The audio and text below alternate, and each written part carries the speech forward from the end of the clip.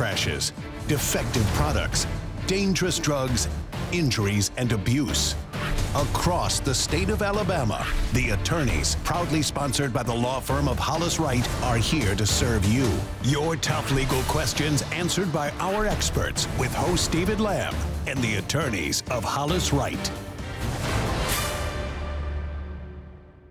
Hello and welcome in to the attorneys. We really appreciate you being with us tonight. And one of those topics of conversation tonight, maybe it's something you don't want to talk about, but we all need to talk about it. Details on that on the way. First, though, how you can be involved in this very important conversation we're going to have tonight. We'd love for you to do so. The show is always better when you're involved. So you'll notice at the bottom of your screen ways you can join our conversation. And again, let me encourage you to do that. If at any point in the program tonight you have a question and you'd like to get in touch with us. Also, something really neat that Hollis Wright makes available each and every time we are on air is actual attorneys from the firm are standing by live just to speak with you. It's a free, off-air, and confidential conversation, a great opportunity that is yours for the taking. So if you need some free legal advice, tonight's your opportunity to get it. Just pick up the phone and give them a call. Let's get to our conversation, a really interesting topic of conversation tonight.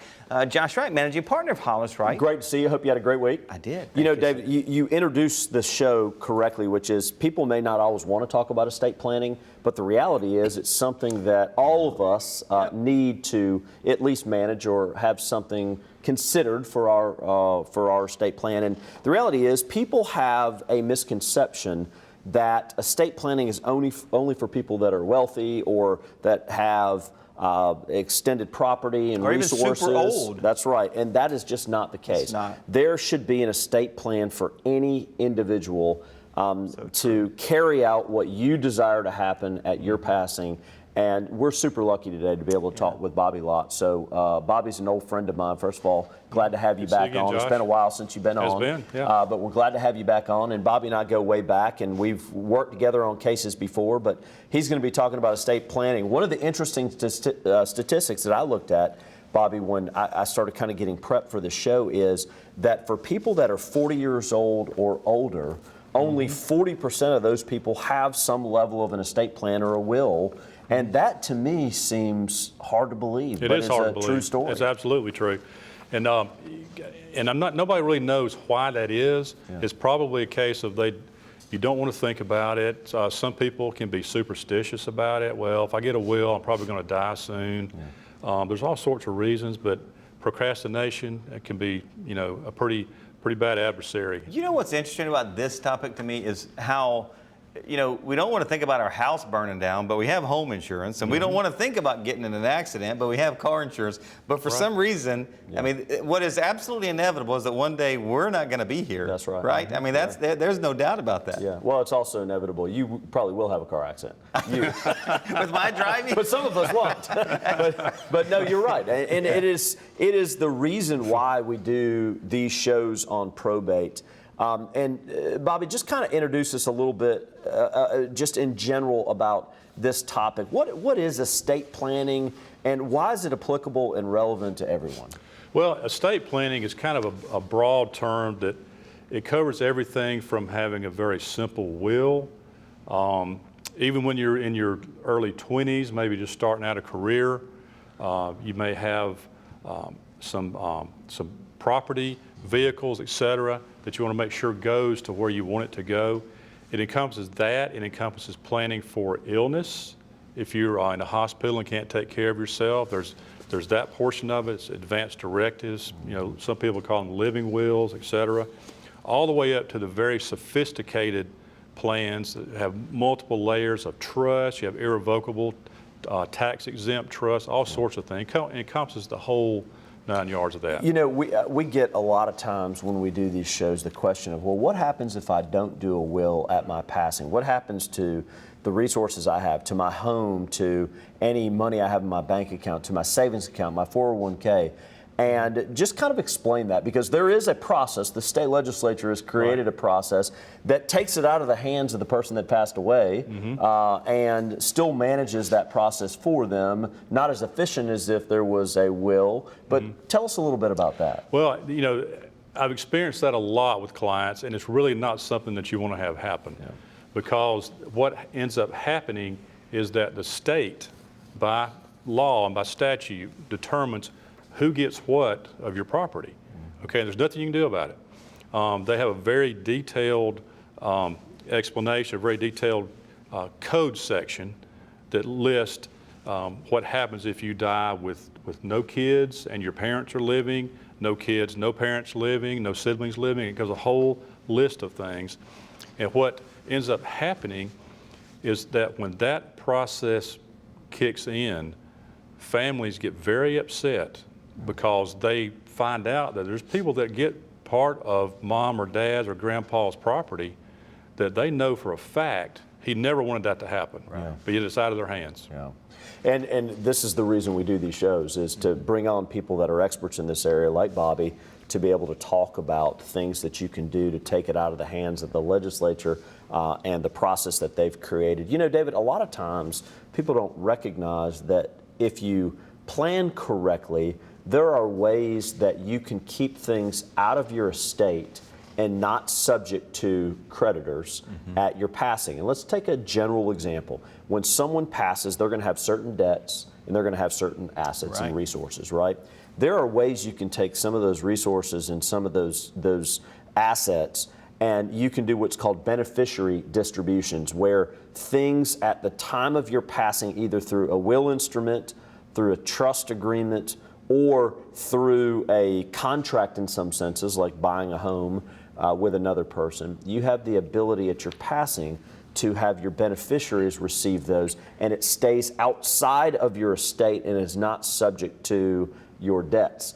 And so it's one of the many reasons why it's important to have a conversation with someone like Bobby to understand what you're doing once you pass. There's a question we've got here, you know, everything, you can Google anything now. Right. Good, bad, ugly. It's all available online. A question here, can I just print off a will from the internet and fill it out myself? Well, the short answer is yes, but I really don't recommend doing that because most of the time those wills are done by someone not in Alabama, and they may leave out crucial clauses or language.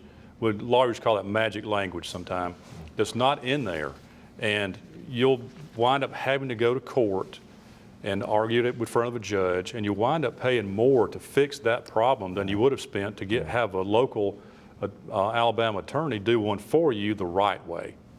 Bobby, talk about this. I know we're getting kind of close to first commercial break, but how does someone start this process? Is it as simple as picking up the phone, calling you, and saying, "Hey, look, I'd like to sit down with you"? I mean, what is this process? That you can start. That's always a good way to do it. Call me and let me know what you want to do.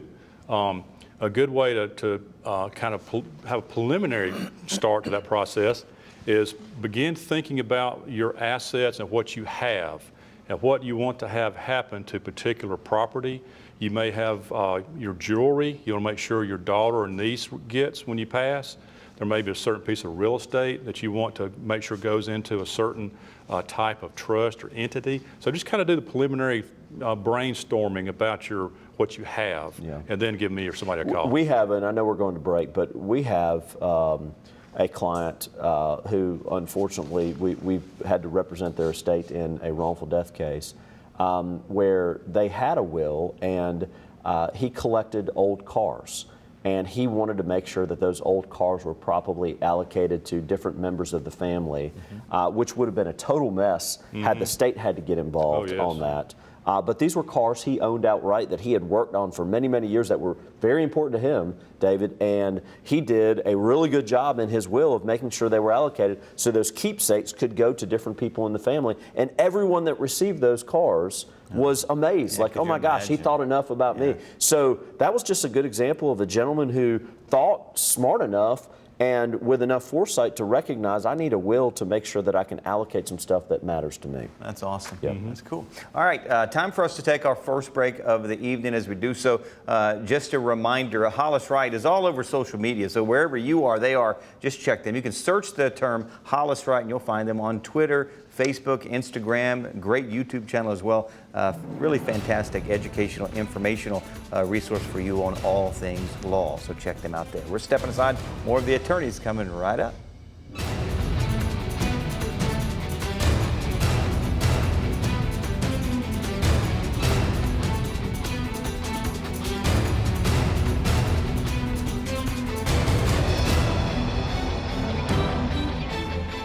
I'm Josh Wright with the law firm of Hollis, Wright, a personal injury law firm, and thank you for watching The Attorneys.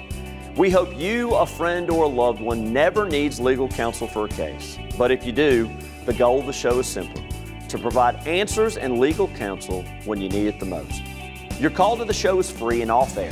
So if you have questions specific to the show or related to other accident or injury topics, call, email, or text us.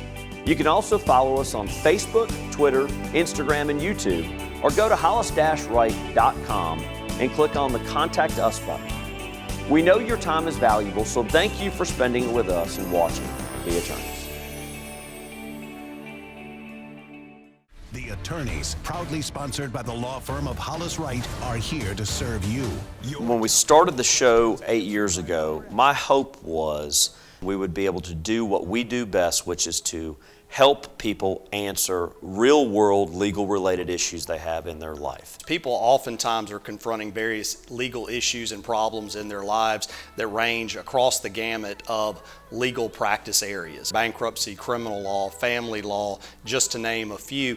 And to be able to have a 30-minute platform or format to where we can just cover various legal topics once a week, that's obviously the primary focus of the show. That we would be able to use the resources of the many lawyers we have at this law firm to create a plan that had a lasting impact that also gave back to the community at the same time. And I think we've done just that with The Attorneys.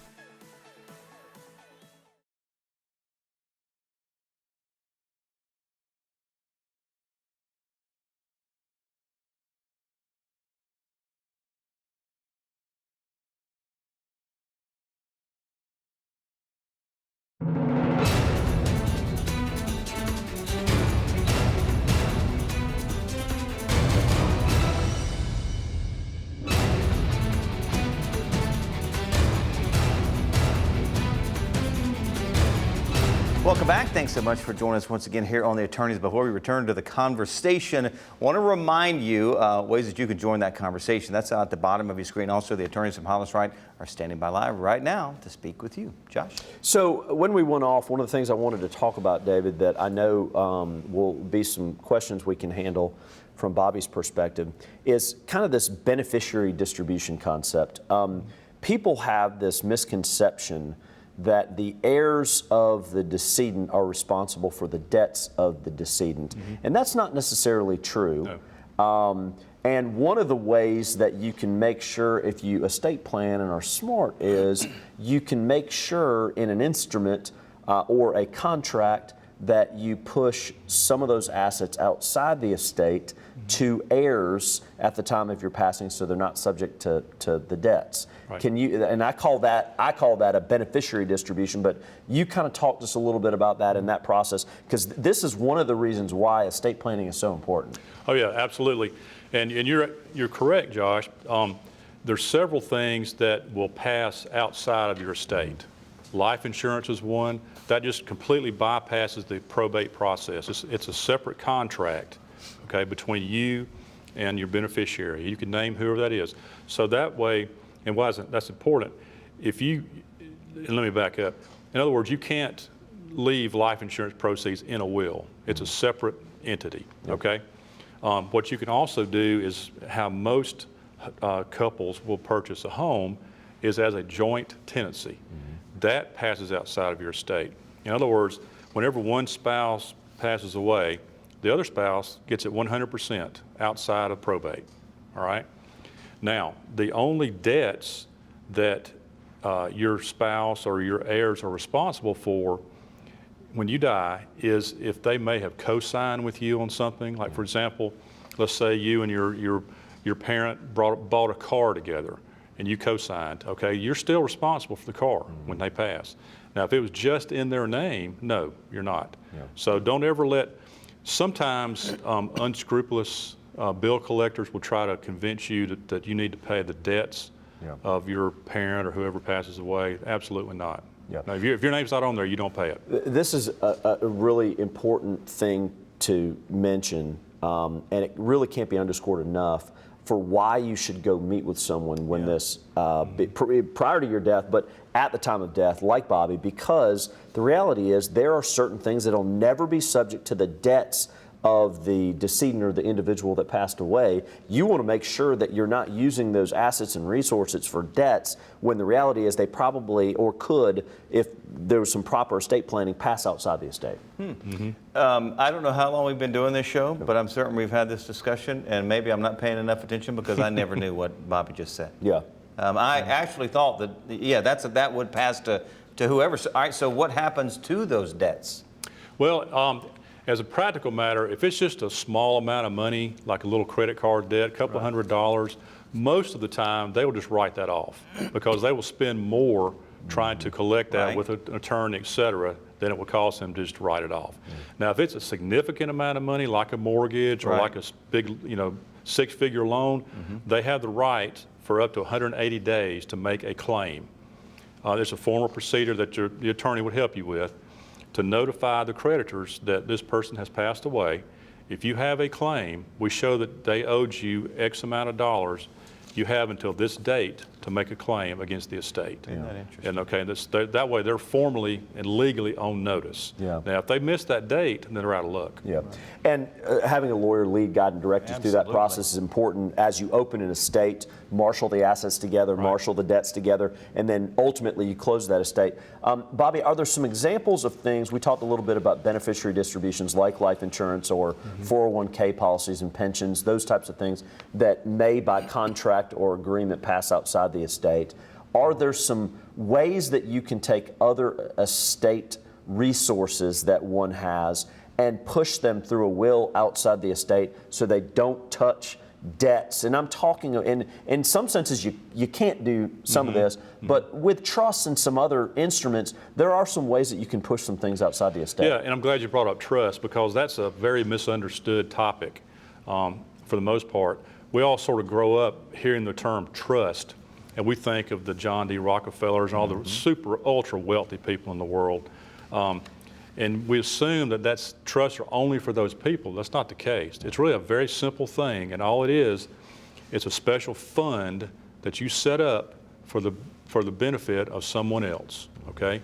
The most common type is called a testamentary trust. Okay. It's set up in your will. It'll be a separate paragraph or two in your will, and can be funded by a life insurance policy, a separate policy. You don't even have to have the money now to set one up. Yeah. But when you pass, that money goes into that trust for the benefit of your nephew or your sister or somebody maybe with special needs or something. So that way, that money is protected from your creditors, okay? And it's designated for that person. And there'll be a trustee that's their job is to take care of that. It can be a family member or somebody you trust. How do you handle if someone calls you and just says, hey, look, I don't have a lot of assets now. I may in the future, but I don't now. Will you sit down with me and start to formulate and work through a potential plan? How do you handle that? Do you do an initial consultation? Like, what is someone that does this type of estate planning work? How do they generally work? Well, your first consultation with me is always free. Okay. We sit down and it's a kind of an informal conversation like we're having now. Okay, you tell me what your situation is. Okay, what sort of assets do you have? And it's all confidential, of course. What your plans are for the future. Do you have a family now? Do you plan on having a family one day? What sort of investments do you have? And what are your short, medium, and long-term goals for your future? And how do you want to handle that? Do you want to be very simple and have a very basic will with a small trust, or how do you want to handle that? So do my best to try to learn you and what your situation is. It's not a one-size-fits-all. That is a good answer to one of the questions from earlier, which is, can I just print something off the internet? The reality is, and I've seen circumstances, I know Bobby has over the years, sometimes people that pass want to make sure that certain resources are allocated more to one individual in their family than another individual, or maybe there's a child that has special needs that requires more resources moving forward. And if you have an estate plan, David, you have the ability to define that on the front end prior to your passing so that everything is managed for your family and it's a lot less stressful after your passing. So I kind of look at it as organization of your circumstances after you pass away, which makes it easier on your family down the road. And as Bobby mentioned to you, you don't have to be the wealthiest person in the world in order to have one of these. You can sit down with a lawyer for free initially, just try and work through the mechanics of this. And losing a loved one is stressful. It has plenty of stress to it. You know, you don't need all this other stuff. When we come back, because I know we're getting ready to go to break, I want to talk about taxes, because that's kind of that has changed over the years, and whether someone who receives assets from a will is going to pay taxes or not. Let's talk about that. All right, we're stepping aside. This is our final break. Stay tuned. More of the attorneys coming right up.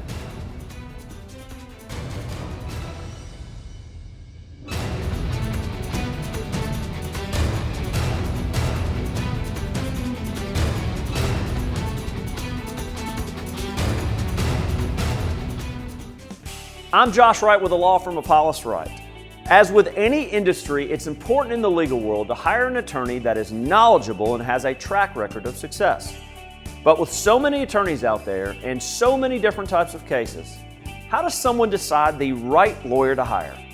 In this week's Legal 4-in-1, we're answering the question, what should I consider in hiring an attorney? In-state versus out-of-state, big firm or little firm, recommendations from friends or family, the internet, the phone book, or TV. With so many choices and so much information, it can be an overwhelming task trying to make the right decision. To complicate things, choosing a lawyer is an important and sometimes life-affecting decision and should not be taken lightly. So how do you select an attorney? First, do your research. Look the firm up on the internet. Learn about the cases they handle and the results they get. Second, find out what clients are saying about the firm. Many websites provide client testimonials or have a star ranking system. Use those to your advantage. And finally, talk with a lawyer from their office and ask them questions. Questions about the volume of cases they handle. Do they return phone calls? Are you just a number or a client that gets the attention you deserve? Please remember, your call, email, or text to the attorneys is free. All of us at Hollis Wright want to help answer your questions on real issues you face. Remember, a competent lawyer will respond to every question you send in. That's our pledge and promise to you. Thanks for watching The Attorneys right here on WVTM 13.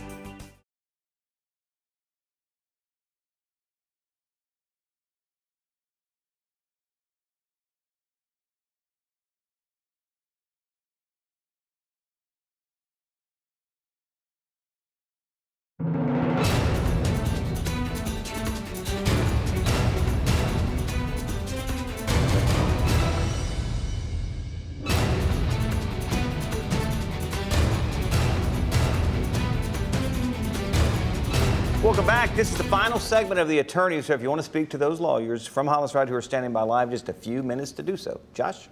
Let's talk for a moment. When we went to break, I mentioned the concept of taxes. I know there is a misconception that, well, if I receive $100,000 from my grandfather, that is taxable and I've got to pay an estate tax. That law has changed over the years. Kind of where do we stand now on that? Well, as of 2022, the only time you'll have to pay estate tax, okay, is if your estate as a single person is worth $12.06 million. For a married couple, it's $24 million. Okay. So unless you have an enormous estate, there's no estate tax paid. Now that's due to change in the future and drop back down in about 3 or 4 years. But as of now, you won't pay any estate tax. Another reason, though, that you want to get with a lawyer to make sure you're not prepaying something that you're not supposed to be paying in the first place. Exactly. Talk a little bit about, there are some things, and I see these examples. In fact, I've got one going on right now personally in a case that I have where an individual did not have an advance directive or a power of attorney. They became ill and sick. They're incapable now of having capacity to sign those documents. And they're in a jam, and their family's in a jam, and we're working through it. But talk a little bit about that. What are some things you can do prior to sickness and passing that will help you manage yourself as you get older in life? You know, and Josh, the topic of advance directives is probably one of the least pleasant things to discuss with your family, because it deals with things like what happens to me when I'm in the hospital. I'm either in a coma, or I can't speak, I can't manage my affairs. What happens? You know, how do the doctors know what to do to treat me? And so what you do is there's a document, and if you've ever gone into a hospital and been admitted, they will ask you, do you have an advance directive, okay? It covers that sort of thing. So it lets the healthcare providers know, okay, I do or do not want to have tube feeding, I do or do not want to have artificial resuscitation. There's a whole long list of things, and you let them know that. You can have a proxy, and what that is someone that you trust to make those decisions for you. But many times, people don't want to put their loved ones in that position of pressure because the family may disagree with them. So, and I'm getting too much detail, but that's the sort of thing that's very crucial, because without that, they're in the situation of your client. Yeah. What do we do now? Yeah. And, you know, those things really need to be managed on the front end. And people think to themselves, well, that'll never happen to me. Well, you know what? The vast majority of people, it does happen to. Mm-hmm. So having those things in place, they're very simple to have drafted, very simple to execute.